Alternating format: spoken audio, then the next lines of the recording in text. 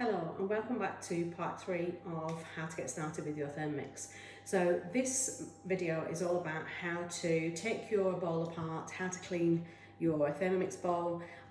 If you're going to put it in the dishwasher, that's perfectly fine, it can go in the dishwasher, but I wanted to go through a couple of handy hints and tips with it. So your Thermomix bowl has a base and it has a blade in the bottom. The blade is sharp, so always be careful when putting your fingers in there.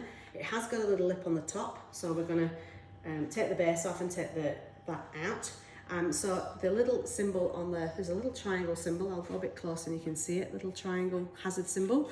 Just push your base towards the hazard symbol. It will be stiff the first few times you do it, and it comes off and the blade comes out. All right, so then you can pop the blade back in. Just give it a wiggle into the bottom and then grab your base, put your lip against the triangle, make sure that your blade is situated properly into the bottom, and then twist, pull it across like that. And like I said, it will be stiff. There is a tool in the mix shop, which I've ordered one but I haven't got it yet, to enable you to open and close it a lot easier. So I'll do a little video on that too.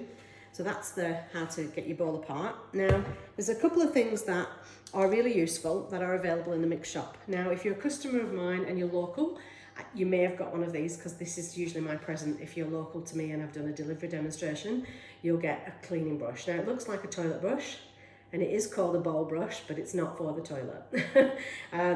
I gave my sister-in-law one of these and she freaked out because she doesn't like toilet brushes. And she's like, I told you I don't like toilet brushes in my house. And I said, it's for your Thermomix bowl, not the toilet bowl. So she was very happy with it then. Now this is a godsend, and which is why I give all my customers one of these that live local to me, because for what it costs me, it's just, honestly, it will save you so much time.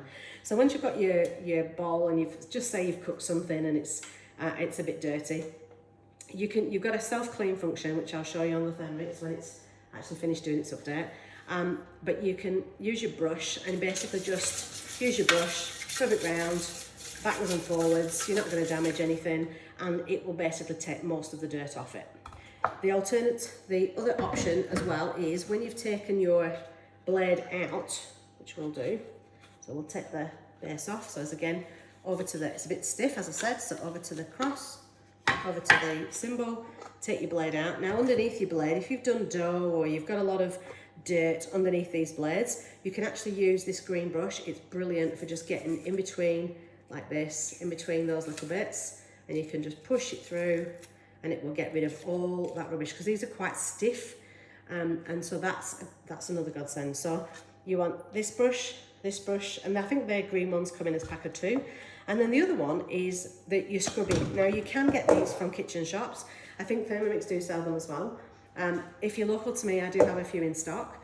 This I use, it's got, I'll try and put it close, it's kind of like, it's what they call, it's abrasive but not scratchy, if that makes sense. Anyway, you pop that into the bottom and just give it a good rub round. So when you've got your burnt on from your high heat, I usually do a browning cycle in your pre-clean. Again, there'll be another video on pre-clean. I'll do a browning cycle and then I use the cloth to give it a good round the bottom, and it will get all that dirt off, the burnt on bit. So it's brilliant. So I just thought I'd share those few things with you.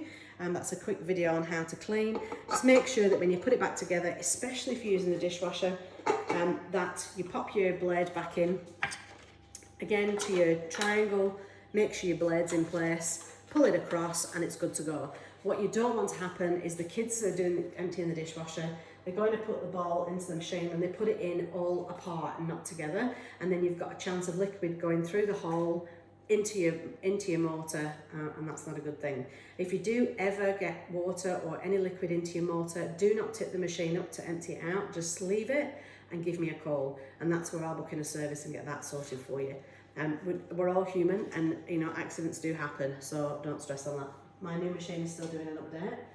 So the next video I do will be on the pre-clean and how to use that. All right, take care. See you in the next one.